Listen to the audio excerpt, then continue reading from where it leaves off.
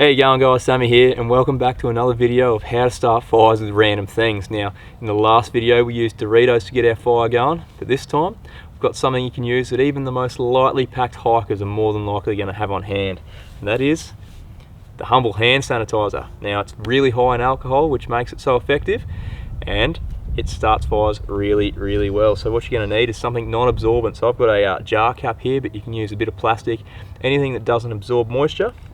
Put a generous squeeze in there, grab your lighter and light it up. Now I've got my fire set up ready to go.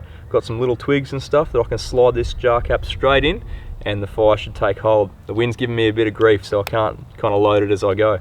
Now, one thing to be careful of, once you light it, it's very difficult to see if it's lit or not. You'll feel the heat, but you won't be able to see the flame because it burns quite clear. So just be careful, you don't want to burn yourself. So here we go. Whoop. That's him there. Oh, you see it's got that leaf already. Now we just got to hope it grabs the rest of it before the wind takes control.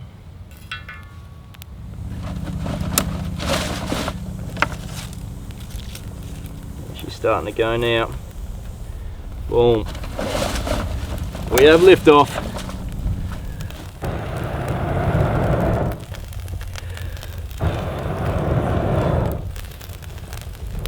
There you have it, guys.